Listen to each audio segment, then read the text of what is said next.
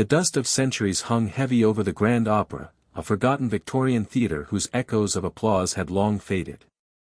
Now, a new kind of spectacle graced its stage, the mystery of a dancing shadow that, like a choreographed phantom, terrified the restoration crew. Was it the spectre of a lost ballerina, whose ghostly steps still sought a final act, or was there something more sinister lurking behind the faded curtains? The stage awaited, and Mystery Inc. was about to discover that sometimes, the greatest show of all is what hides in the shadows. The invitation to Mystery Incorporated seemed, at first glance, just another case of superstition and overactive imagination. The Grand Opera, a majestic Victorian theatre nestled in the heart of a city with more secrets than streets, was slated to reopen after decades of abandonment. However, the restoration team, initially excited at the prospect of reviving its former glory, was now on the verge of collapse. The reason? A dancing shadow. Fred, with his determined chin and perpetual planning, analyzed the theater's blueprint, marking strategic points for future traps. An old theater, huh? Perfect for a good old projection trick, he muttered, more to himself than to the team. Velma, meanwhile, was already engrossed in piles of dusty books and articles about the Grand Opera's history and local legends. Her glasses slipped down her nose as she read about the disappearance of a famous ballerina, Elara, decades ago, whose last steps were taken on that very stage. Legend has it that Elara was the embodiment of grace, but her last solo was interrupted by an eternal silence, Velma informed, her voice grave. Since then, whispers of her ghostly presence have haunted the corridors. Daphne, with her keen intuition, walked the stage, trying to feel the place's energy. She observed the dust marks and remnants of old sets, imagining the life that once pulsed there.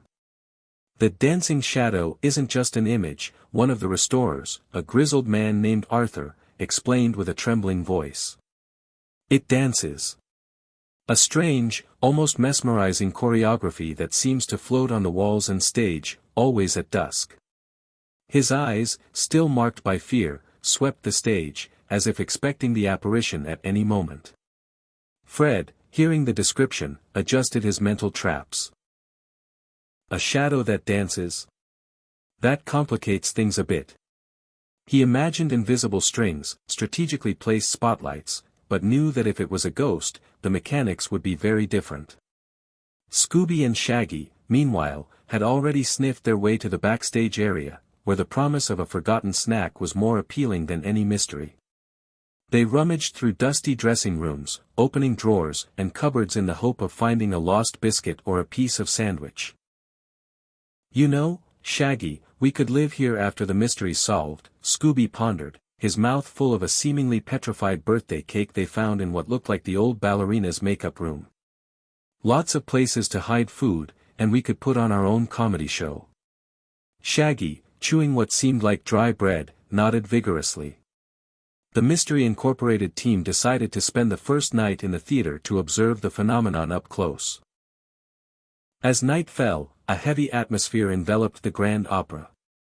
The wind howled through the window cracks, and the creaking sounds of wood created an eerie symphony. Velma prepared her measuring equipment, while Fred checked the installation of some infrared cameras. Daphne, her eyes fixed on the stage, tried to decipher the choreography Arthur had described. Suddenly, a slight chill breeze swept through the theater, and the lights flickered. A dark blotch began to form on the walls, growing, taking the shape of a slender human figure. It floated, stretched, and then, to everyone's horror, began to dance. It wasn't an ordinary dance, but a series of fluid and ethereal movements, almost as if the very air was contorting into a performance. It was the dancing shadow. The figure seemed to observe the empty audience, as if seeking recognition, a memory. The restoration team, who had promised to stay, fled in a panic, their screams echoing through the corridors. Fred activated one of his traps, a net that was supposed to deploy automatically, but the shadow simply floated through it, as if it were smoke. Velma tried to record measurements, but her instruments seemed to go wild with erratic readings. Daphne tried to follow the shadow's movements, but it was fast and unpredictable. Scooby and Shaggy, who had promised to help Fred monitor the cameras, were huddled behind a pile of scenery, trembling with fear. The shadow, after a few minutes of its ghostly performance, dissolved as quickly as it appeared, leaving behind only the oppressive silence of the theater and the persistent feeling of something inexplicable. "This is no ordinary light trick," Fred admitted, his trap plans seeming inadequate. "It's something more elaborate, or, it really is a ghost." Velma, her brow furrowed, examined the confused data from her instruments. Legends about Elara speak of unrequited love and an unfulfilled desire for recognition. Perhaps the shadow is the manifestation of her art and her pain. Daphne, still feeling the strange vibration of the stage, murmured, "This dance, it seems to have a message, a story that needs to be told." The first encounter with the dancing shadow had left more questions than answers, and Mystery Inc. realized that this case would be different from all the others. They would have to delve deep into the Grand Opera's past and unravel not just a mystery, but a legacy. With each ghostly movement, the shadow seemed to taunt them, challenging them to decipher its enigma before the theater, and perhaps themselves, were forever consumed by its ethereal presence. The following morning brought renewed determination to Mystery Incorporated. The encounter with the dancing shadow had solidified the idea that the mystery was more complex than a simple lighting trick. Velma, with Daphne's support, dedicated herself to more in-depth research in the city archives. They visited the municipal library, an equally old and dusty building, where they found faded records, newspaper clippings, and even some Grand Opera playbills. Elara's name appeared frequently, always accompanied by adjectives like divine, incomparable, and ethereal. Newspapers of the time reported Elara's disappearance as a tragic event, shrouded in speculation. There was no body, no concrete lead. The police at the time had concluded she fled, but the city's theater community insisted Elara would never abandon her art. A footnote in an old article caught Velma's eye. Rumors persisted of a jealous rival, a talented but envious choreographer named Silas, who harbored an obsession with Elara and her movements. Daphne, with a sparkle in her eye, commented, "A jealous rival is always a good start. What if he trapped her somewhere in the theater so she could never dance again?" Fred, with the help of Scooby and Shaggy, who were more interested in looking for lost snacks than clues, began to search every inch of the theater for secret passages, trapdoors, or anything that could explain the shadow's emergence. They measured the walls, checked the floor, and even ventured into the cramped spaces above the stage. "This place is a labyrinth of boards and cobwebs," Fred complained, as Scooby barked at an indistinct shadow in a dark corner. "It's harder than setting a trap for an invisible crocodile." Scooby and Shaggy, meanwhile, were more concerned with where they would find the next biscuit. They sniffed the floor, their muzzles and noses in the air, like hunting dogs, and even smelled the old scenery boxes, hopeful. While exploring backstage, Scooby accidentally kicked a loose piece of plaster wall. Behind it, a small hidden compartment was revealed, containing a leather-bound book and a set of intricate drawings. The book was Elara's diary. The yellowed pages, written in elegant calligraphy, revealed not only the ballerina's thoughts but also detailed sketches of choreographies and notes on ancient theater lighting techniques she had learned on her travels through Europe. Velma examined the drawings with fascination. "These are shadow lighting techniques from the era. Complex projections, using lenses and mirrors," she explained. "It seems Elara was an innovator for her time." The diary also contained veiled mentions of a secret that tormented her, something related to a specific performance, the Shadow's last act, which Elara planned to present before her disappearance. Silas's name appeared repeatedly, but not as a rival, but rather as a close collaborator and dedicated friend. "This changes everything," Daphne exclaimed. Silas wasn't an enemy, but someone important to her. As Velma and Daphne delved into the diary, Fred was on the main stage, examining the old spotlights and projectors.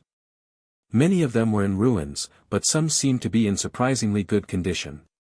He noticed a complex system of mirrors and lenses, hidden behind heavy curtains, that seemed to be designed to create extraordinarily vivid light and shadow effects. This is interesting, he murmured, activating one of the mechanisms. A faint beam of light crossed the stage, creating an irregular blotch on the wall. It was a start. Scooby and Shaggy, in their tireless search for food, ventured into the prop room, a chaotic and dusty place, filled with strange objects and theatrical costumes. They found an old ventriloquist's dummy, with glass eyes that seemed to follow them. The dummy was sitting in a dusty box. While trying to push it out of the way, Shaggy accidentally bumped into one of the boxes containing the dummy. A hollow sound echoed, and a part of the floor creaked. Intrigued, they poked the spot and discovered an almost invisible trapdoor. Inside the trapdoor, there was no food, but rather a rusty metal chest. With a combined effort, they managed to open it. Inside, there was a set of old parchments and a silver medallion with the symbol of a dancing ballerina. The parchments, written in elegant calligraphy, were musical scores and detailed instructions for a complex choreography. The medallion, in turn, seemed to be an amulet. When Scooby and Shaggy showed their discoveries, the team gathered.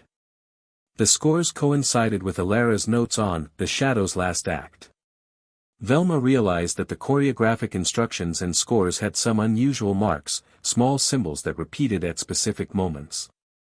It seems Alara and Silas were developing something much more complex than a simple play, Velma observed, her eyes scanning the parchments.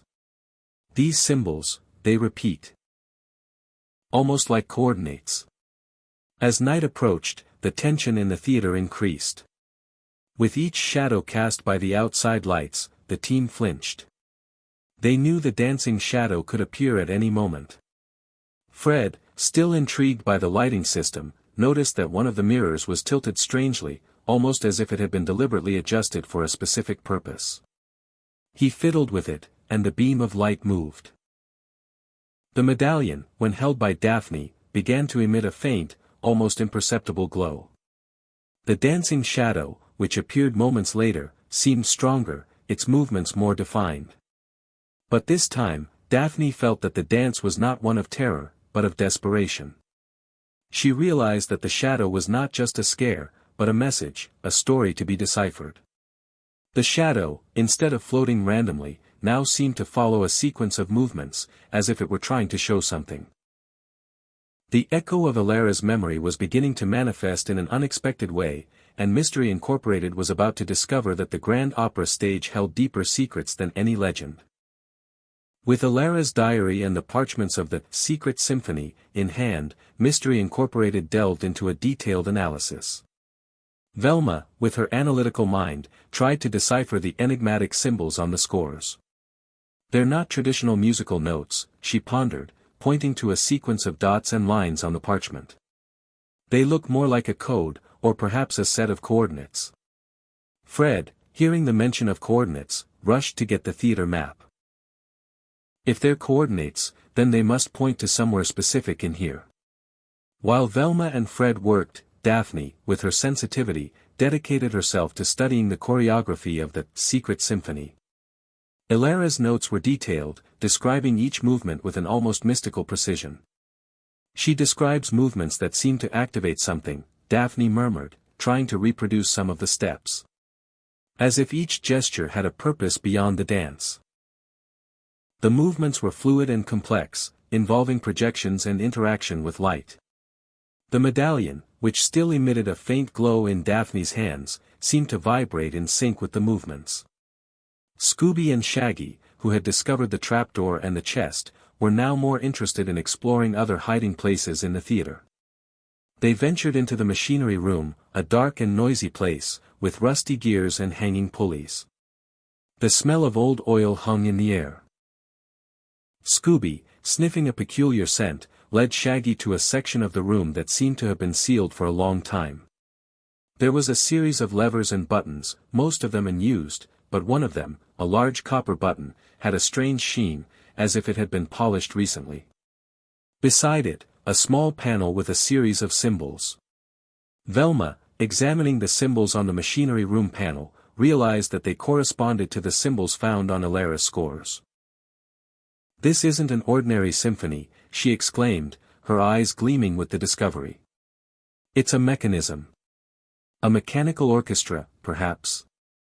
Fred, hearing the word mechanism, hurried to the machinery room. He examined the levers and buttons, noting that some of them were connected to a complex system of pulleys that extended behind the walls and went up to the stage. Elara and Silas were building something big here, he said, amazed. Something that combines art and technology. Daphne then realized the connection. What if the secret symphony isn't just a dance, but a sequence of movements to activate these mechanisms? She took the medallion and, following the instructions on the scores, began to execute the choreography's movements. As she moved, the medallion glowed more intensely. The moment Daphne executed a specific turn, one of the symbols on the machinery room panel lit up. Scooby, curious, pressed the corresponding button. A loud creak echoed through the theater, and a part of the scenery on the stage began to move slowly, revealing a hidden opening. The dancing shadow, which had appeared on stage when Daphne began to dance, intensified. Its movements became more precise, stronger, and it seemed to guide Daphne through the choreography, almost as if it were demonstrating the steps. It was a collaborative dance, between past and present, between legend and reality. The shadow, now, seemed less threatening and more like a guide, a mentor. The opening in the scenery revealed a secret chamber, a hidden space behind the stage, which did not appear on any theater plan. Inside, there was a series of giant mirrors, lenses, and a complex projection system. It was an illusion machine, designed to create impressive visual effects. Fred approached, his eyes gleaming with the discovery. "This is the source of the dancing shadow," he exclaimed. "It's not a ghost, it's an advanced optical illusion." However, the machine was inoperable, with many of its components damaged. There was a metallic gleam in the center of the machine, where a small compartment was visible. Velma, examining the spot, realized that the compartment was the exact shape of the medallion. Upon inserting it, the machine clicked and a low hum began to echo. The dancing shadow, on stage, stopped dancing and fixed its gaze on the chamber. It was as if the shadow was waiting for the machine to come to life. The central dilemma of the story, which was once the mystery of the dancing shadow, now transformed into another: the machine needed to be fixed. But for what? The shadow was not just a ghost, but a projection from a machine. But if the machine was broken, how did the shadow appear? Was the shadow a manifestation of something deeper? And what were Elara and Silas really trying to achieve with this secret symphony? What did the ballerina want to reveal? The answer seemed closer than ever, but it would require more than just solving a mystery. It would require a deep understanding of Elara and Silas's legacy, and the power of art to transcend time. The Mystery Incorporated team was about to become part of a forgotten performance, where the secret symphony was not just music, but the key to unraveling the truth behind the dancing shadow. With the discovery of the secret chamber and the illusion machine, Mystery Incorporated felt a mix of relief and frustration. Relief at finally having a logical explanation for the dancing shadow, and frustration at having to fix a complex contraption in a haunted theater. Fred, in his element, began inspecting the machine, identifying damaged parts and circuits that needed repair. "This is going to take a while," he grumbled, wiping grease from one of the mirrors, but with a satisfied gleam in his eyes. "But for sure, it's not a ghost. Just an old stage trick machine." Velma, however, was not entirely convinced. While Fred worked on the machine, she continued to study Elara's diary and the secret symphony parchments. There was something in the ballerina's notes that bothered her, a feeling that the machine was only part of a larger plan. She focused on the last entries in Elara's diary, which seemed increasingly urgent. Elara didn't just want to impress, she wanted to reveal something, Velma read aloud to Daphne. Something that kept her prisoner, even when she was free on stage. Elara's words were enigmatic, full of metaphors about shadows and hidden truths. Daphne, in turn, continued to practice the movements of the secret symphony, medallion in hand. She felt that each step, each gesture, held a deeper meaning. As she danced, the dancing shadow, which still appeared at dusk, seemed to react to her movements, almost as if trying to communicate. The shadow not only imitated her steps but also added nuances, small variations that Daphne perceived as messages. "She's teaching me," Daphne exclaimed, her eyes gleaming. "The shadow is guiding me, showing me what Alara really meant." Scooby and Shaggy, of course, were on a self-assigned mission to find the best snack room in the theater. They explored every nook and cranny, always hoping to find a culinary treasure. While sniffing out the scent of a cupcake, they stumbled upon a set of old costumes in one of their backstage forays. Trying on a large, dusty hat, Shaggy felt something hard inside it. It was a small, old voice recorder, with an almost imperceptible recording cartridge. Fred, examining it, managed to activate it with difficulty. Alara's voice, fragile and terrified, echoed through the dressing room. He found me, the Baron. I can't reveal the truth. Silas, flee, he's coming for you." The recording ended abruptly, with the sound of a struggle and a muffled scream. It was the final proof, the confession of the Baron's crime. The dancing shadow, upon appearing that night, was more agitated than ever. Daphne, following the shadow's subtle instructions, danced the secret symphony with hypnotizing precision. With each movement, the illusion machine in the secret chamber seemed to respond, with lights flickering and gears slowly turning.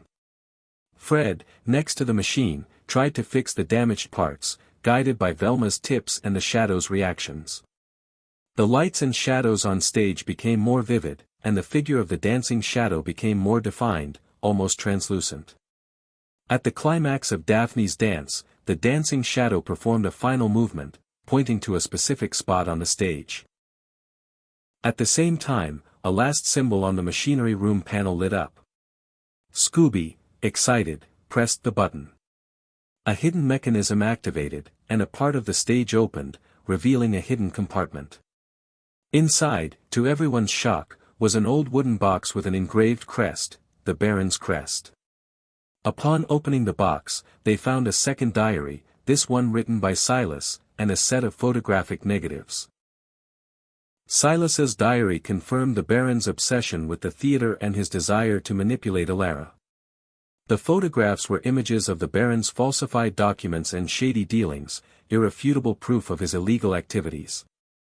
Alara had planned to reveal this evidence during the performance of the Secret Symphony, using the illusion machine to project the images to the audience. "She didn't disappear," Velma exclaimed, her voice choked. "She was silenced." The shadow, upon seeing the revealed evidence, grew brighter, and for an instant, seemed to take on Alara's form, an expression of gratitude and relief on her ethereal face. She had waited decades for her truth to be revealed. Fred, now with the machine in operation, realized that the dancing shadow was not just an illusion. It was Alara's legacy, a message waiting to be deciphered, a final dance to expose the truth. And now, Mystery Inc. had the evidence and the machine to finally bring to light what Alara tried to reveal. The truth was lurking, and the shadow's next appearance would be the stage for its final revelation. With the evidence in hand and the illusion machine partially restored, Mystery Incorporated knew it was time to set the stage for the grand revelation. Fred, with his engineering talent, worked tirelessly to fix the machine, using Silas's blueprints and Alara's own notes. Damaged parts were replaced, mirrors were realigned, and rusty mechanisms were lubricated. "It's almost ready," he announced, covered in grease but with a satisfied gleam in his eyes. "The dancing shadow will have its big moment." Velma and Daphne, meanwhile, dedicated themselves to organizing the evidence against the Baron. Silas's letters, the photographic negatives, and Alara's own diary entries fit together like pieces of a macabre puzzle. They revealed a scheme of fraud, extortion, and money laundering, all orchestrated by the Baron, who used the Grand Opera as a front for his illegal operations. "He was afraid Alara would expose him," Velma explained. "That's why he stopped her." Daphne practiced the Secret Symphony with the medallion, now more confident and connected to Alara's choreography. She realized that, in addition to activating the illusion machine, the dance also seemed to be a tribute to the artist, a final farewell. The dancing shadow, which appeared during her rehearsals, now seemed less like a guide and more like a stage partner, its movements fluid and graceful. They danced in perfect synchronicity, a fusion between past and present. Scooby and Shaggy, of course, couldn't be left out of the action. While the rest of the team prepared for the revelation, they were on a self-assigned, snack reconnaissance mission throughout the theater. In one of their forays into the dressing rooms, they stumbled upon a set of old costumes. While trying on a large, dusty hat, Shaggy felt something hard inside it. It was a small, old voice recorder, with an almost imperceptible recording cartridge. Fred, examining it, managed to activate it with difficulty. Alara's voice, fragile and terrified, echoed through the dressing room. He found me, the Baron.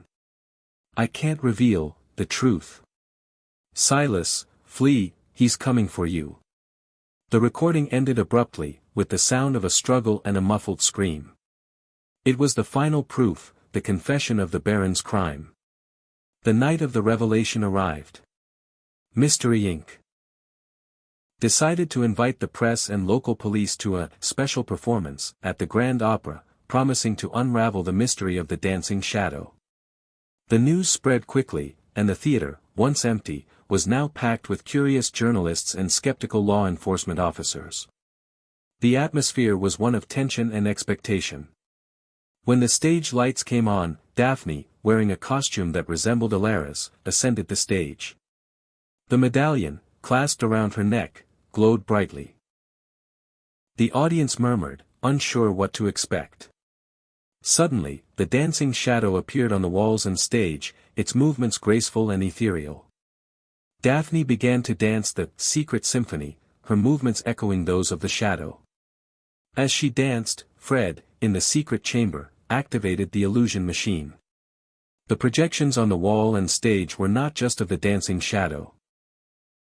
The machine, now in full operation, began to project clear images of the Baron's falsified documents, incriminating letters, and photographs that proved his illegal activities.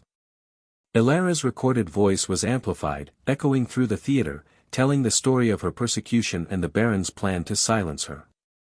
The audience was stunned. Journalists scribbled in their notebooks, and police officers exchanged glances, surprised by the revelation. The dancing shadow, in sync with Daphne's dance and the projections, seemed to dance Alara's story, the pain of her betrayal, the courage of her attempt to expose the truth, and the desperation of her silence. It pointed to the documents, to Alara's voice, to each piece of evidence. It was a dance of truth, a visual and auditory symphony that revealed Alara's legacy. At the climax of the performance, the dancing shadow pointed to a VIP box in the center of the theater, where the Baron, disguised and with an expression of panic, tried to flee. The police acted quickly, apprehending him. The audience erupted in applause, and the dancing shadow, after its last and most important performance, began to fade. But this time, it was not a frightening disappearance, but rather a farewell, a feeling of a mission accomplished. Alara's silhouette, for a brief instant, seemed to hover over the stage, her eyes fixed on Daphne, a smile of gratitude. The illusion machine stopped, and the dancing shadow disappeared completely, leaving behind only the stage light and the reverberation of truth. Mystery Incorporated had solved the mystery, but they had also given voice to a silenced artist, and justice to a forgotten legacy. The Grand Opera was no longer haunted. It was free to tell Alara's story, not as a legend of terror, but as a testament to courage and the strength of art. The theater, now, was ready to reopen, not just as a stage for shows, but as a memorial to the ballerina who danced the truth out of the shadows. The Baron's arrest marked the end of a dark chapter in the Grand Opera's history. The news of his apprehension, based on the evidence revealed by Mystery Incorporated, spread like wildfire, restoring Alara's and Silas's reputations. The theater, once seen as a haunted place, was now a symbol of justice and the persistence of truth. The restoration team, who had fled in panic, returned with new vigor, inspired by Elara's story. Fred, proud of his illusion machine, spent the following days refining its mechanisms, ensuring it worked perfectly, not to scare, but to enchant. He and Velma had developed a plan to use the machine in future grand opera productions, to create impressive and educational visual effects. Elara's machine will be a legacy, Fred explained, as he tightened the last screws. It will serve art, just as Elara wished. Velma, meanwhile, dedicated herself to writing a book about the history of Elara, Silas, and the Baron, detailing Mystery Incorporated's investigation and the legacy of the Dancing Shadow. Her book, The Shadow's Last Act, The Truth Behind the Legend, became a bestseller, and the proceeds were allocated to the restoration of the Grand Opera and the creation of a scholarship program for young ballerinas. Elara didn't want to be just a legend, Velma wrote in the book's dedication. She wanted her art to live and inspire. Daphne, deeply touched by Elara's story, decided to honor the ballerina in a special way. With the help of a new choreographer and members of the restoration team, she began rehearsing a new performance, a recreation of the Secret Symphony. This time, the dance would be a tribute to Elara's courage, and the medallion would be a central piece, gleaming around her neck. The choreography included the movements the dancing shadow had taught her, making it a collaboration between past and present. Scooby and Shaggy, who had found the voice recorder that sealed the Baron's fate, were declared the snack heroes. They became the theater's unofficial mascots, and the prop room, where they had found the recorder, was renamed the Scooby and Shaggy Tasting Room, with an unlimited supply of dog biscuits and sandwiches. They spent their days sniffing every corner of the theater, ensuring there were no more hidden secrets, and occasionally, helping out, with the play's rehearsals, with unexpected pirouettes and jumps. The Grand Opera's reopening was a grand event. The entire city attended, eager to witness not only the theater's restored beauty, but also Elara's story, which had finally been revealed. The Secret Symphony, performed by Daphne and a group of young ballerinas, was the highlight of the night. The illusion machine, operated by Fred, projected images of Elara and key moments of her story, intertwining the dance with the visual narrative. The audience was ecstatic. During the performance, a subtle phenomenon occurred.